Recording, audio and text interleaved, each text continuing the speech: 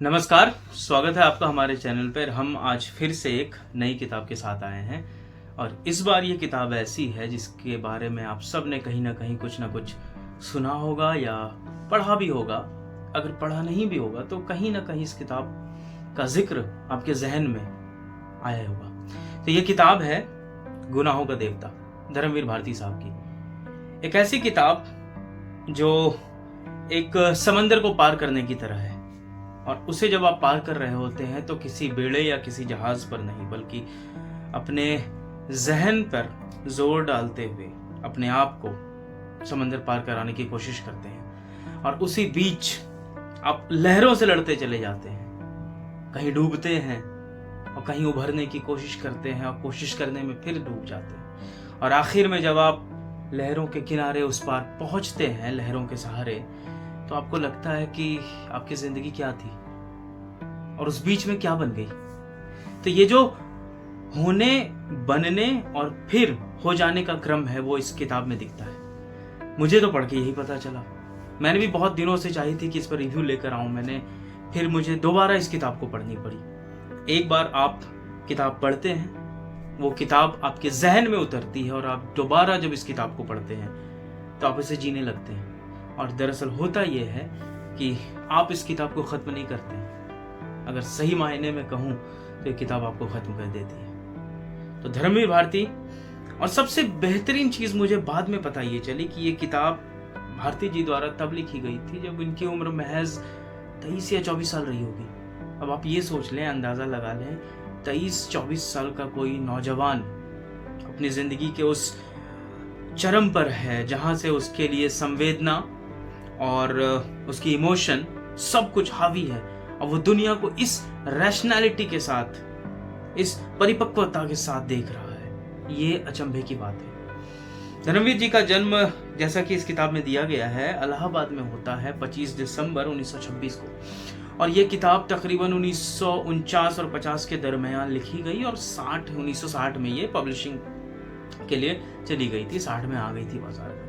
कहते हैं कि उस समय इनको इतनी ख्याति इस पुस्तक से नहीं मिली और यहाँ तक कि यह भी कहा जाता है कि धर्मवीर भारती को ये सबसे, जो उन्होंने जितने भी काम किए उनमें से ये सबसे निचले दर्जे का काम लगा था कि ये इस काम से उतने प्रसन्न नहीं थे। लेकिन चूंकि कहा जाता है ना कि हर कवि का, हर लेखक का एक वक्त आता है, भारती जी का वक्त आया और आने के बाद उन्होंने जो लोगों के जहन पे अपनी अमिट छाप छोड़ी वो आज सबके सामने मौजूद है। आप कहीं भी सोशल मीडिया पे जाएं अभी के दौरान आपको गुनाहों का देवता सबसे अव्वल दर्जे पे मिलेगा। तो कहानी क्या है, मैं आपको पूरी कहानी नहीं बताने वाला हूँ। यकीन करें, आप पहले पढ़ेंगे तो ही आपको ये चीज़ें पता चलेगी। मैं कोई भी आपको ऐसी चीज़ नहीं बता दूँ जिससे आप कह सकते हैं कि आपका मज़ा, लुत्फ खराब हो जाए।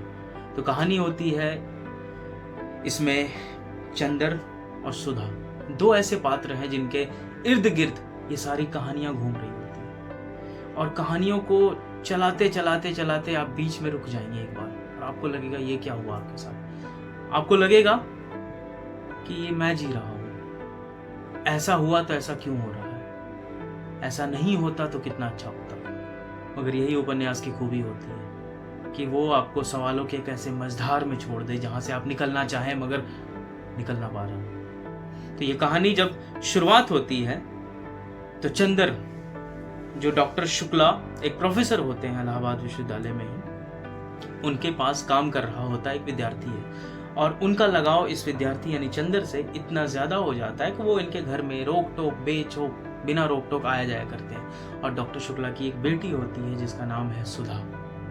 अब धीरे धीरे कहानी यूं आगे बढ़ती है कि चंदर समाज को जानने वाला, समझने वाला, इकोनॉमिक्स, अर्थशास्त्र का एक छात्र होता है जो शोध कर रहा होता है, पीएचडी कर रहा होता है। और सुधा महज 12वीं क्लास को पास करके एक बहुत ही जिंदगी को उस दहलीज पे कदम रखती है जहां से उसके लिए एक रोमांटिक दुनिया शुरू होती है जिसको, जो जिंदगी को एक मनोरंजन की तरह भी देखती है।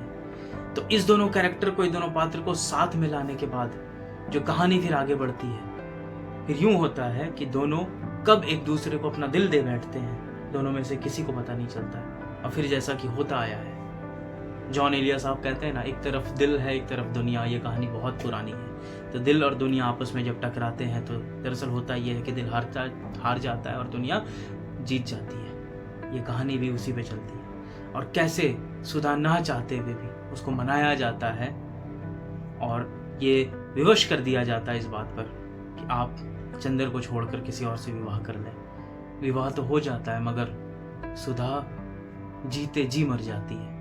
और तो क्या चंदर भी जिंदा रह जाता है? नहीं। वहां भी यही कहानी है कि चंदर की जिंदगी में क्या तूफान उठता है। दोनों एक ऐसे तूफान से गुजरते हैं, लेकिन सामाजिक मर्यादाओं को पार ना कर पाने की जो ख्वाहिश और जो जिद होती है वो इनको अंदर ही अंदर डुबो मारती है। तो यही कहानी है इसकी।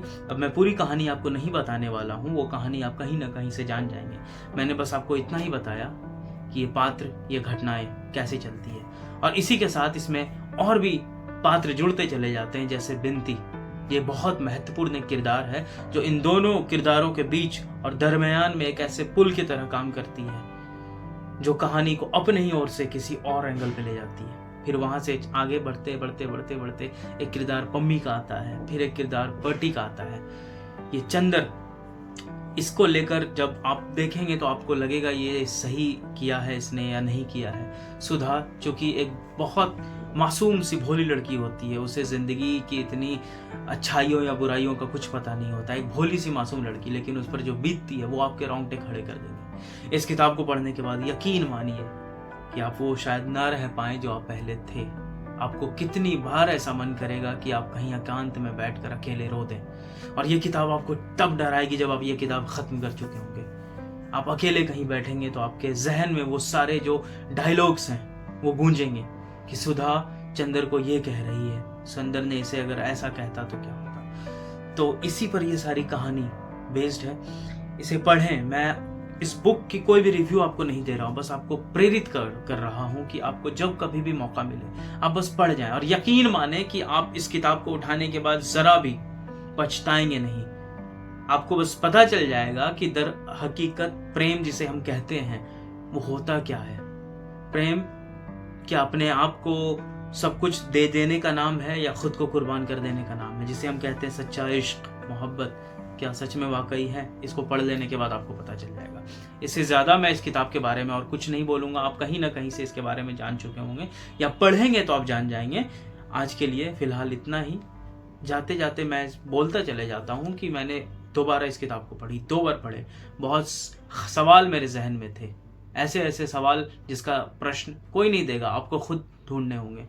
जैसे अगर मैं जाते जाते एक बात बताऊं कि चंदर, उसकी जिंदगी ऐसे बदलती है जैसे नदी हो। एक मुहाने से दूसरे मुहाने में गई तो वो बदल जाएगी, फिर दूसरे से तीसरे मुहाने जाते ही फिर वो नदी अपने रास्ते को बदल देती है। तो चंदर का किरदार वही है।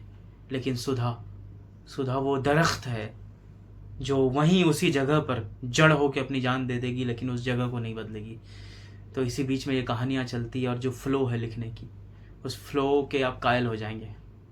धर्मवीर भारती जी को आप बस शुक्रिया कहेंगे इस किताब को पढ़ने के बाद। तो खैर, आज के लिए अभी इतना ही। हम किसी और बुक के साथ, किसी और किताब की रिव्यू के साथ आपके सामने हाजिर होंगे। तब तक हमारे चैनल पर अगर आप नए आए हैं तो इसे सब्सक्राइब करें और हमें ढेर सारा प्यार दें, लाइक करें। कुछ पूछना हो तो ज़रूर कमेंट करके पूछें, और अगली बार आप किस किताब की रिव्यू सुनना चाहेंगे हमें ज़रूर लिख कर दें। हम आपकी बातों पर अमल करेंगे। अपना ध्यान रखें। हम फिर मिलेंगे। शुक्रिया। अल्लाह हाफिज़। खुदा खैर।